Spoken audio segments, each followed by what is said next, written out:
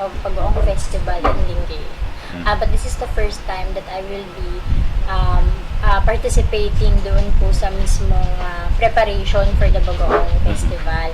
And nagpapasalamat din po ako sa pagkakataon na ibinigay sa atin ng ating local chief executive, Mayora Josefina Castañeda, at nabigyan tayo ng tiwala at binibigay din nila ang suporta nila bilang ako po ay mag-chair nito. So, for several years already, ang ginagawa natin sa Bagoong Festival, nakasingit lang siya sa Town Fiesta. So, dun sa week-long celebration ng Town Fiesta ng Lingayen, merong one day only for Bagoong Festival. But now, since na-amend din po ang ordinansa na tayo din po ang may akda para sa bayan ng Lingayen, hiniwalay po natin. So, it's the first time that we are celebrating separate from the Town Fiesta. And then, we have a 4-day event for the Bagoong Festival 2015. So ano ho yung mga, kung sineparate na hindi na ho one day ngayon?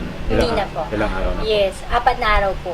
So, ginawa po natin siyang 4 because in the ordinance also, regionally, meron siyang 1 million na budget na naka-allocate dyan.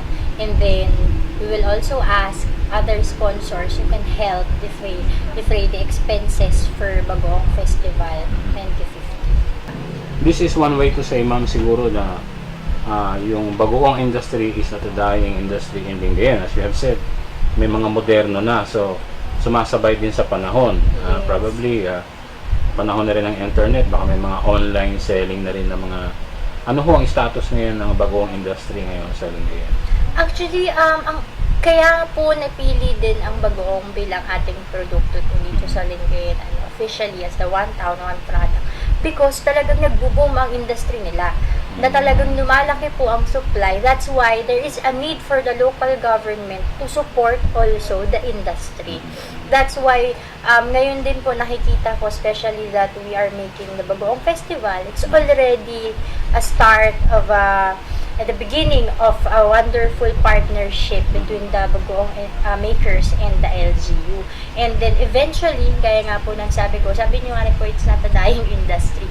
Mas lumalaki po dahil nakikisabay din po tayo dun sa changes and dun sa demand na kinakailangan po ng mga tao na kapatid sa atin. Bakit ganon kalinamnam at kaganda po nakagaya ninyo ang bagoong sa Lingayen? Dito po, ang sinasabi ko po palagi Sekreto. na sekreto namin dito ng paggawa ng bagoong. Nakukuha po yan sa tamang timpla, sa malinis na pagawaan. Natigit sa lahat po, yung mga gumagawa, we have happy workers here.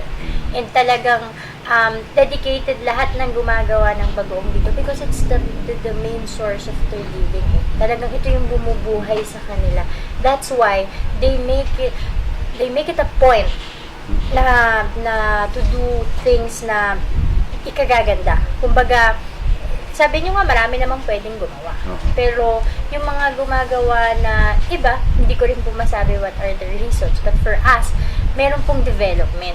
Kumbaga, meron tayong standard na ginagawang bagoong, pero saan din po kayo nakakita ng bagoong ngayon na naka-tetra pack? O kaya yung what are the difference? Bakit may bagoong palas? Ano yung bagoong boneless?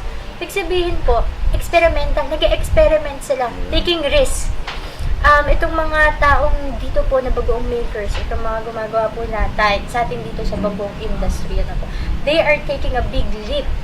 Dahil tumataya sila, sumusugal sila. At gaya nga ng sabi nila, hindi ka tatama kung hindi ka tataya. So, sila po, tumataya, sumusugal sila. At gaya nga po ng sabi ko, itong nakisugal naman sila ngayon with us, dahil magka-partner kami, sisiguraduhin namin natatama kami. And ina-encourage ko rin po sila to participate talaga.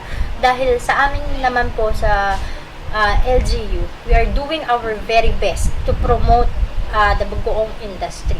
And sa kanila naman po, alam namin na hindi kami mapapahiya. Dahil ako mismo, kapag bumibisita po ako sa ibang lugar, at meron din po akong bisitang lumarating dito, bagoong po na galing sa kanila mismo ang binibigay kong regalo, at never pa po akong napahiya dahil hinahanap-hanap po nila yan. The main product talaga yung bagoong. Ang alam ko po, pag ginagawa yung bagoong, parang dun sa taas niya, yung nasasala doon na yung ginagawa nilang patis.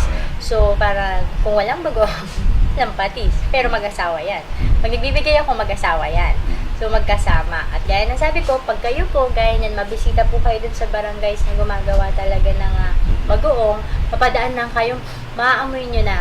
Parang kanin na lang ang kulang, ulam na, o diba? Ilan na po kaya ang parang involved or mga pabrika ng bagoong sa Lingayen? Yes po. The last time that we checked, yung pong listahan, there are almost 30 sila. Parang nasa 27 yung bagoong makers na nakaregister po sa atin. And we are trying to make a profile of all these bagoong makers para din po kapag may bumisita dito yung turista, it's easier for them to look for yung target nila na bagoong maker na pwede nilang kontakin. So, gagawan namin yan, hopefully kasabay hanggang sa launching nung pong separate celebration natin ng Bagoong Festival. Do you see in the future, ma'am, na may Tetra Pak nga, baka may sachet na later on, and then yung sa export, gaano na ho katindi, halimbawa, sa ngayon? Yes po, yung sa pag-export,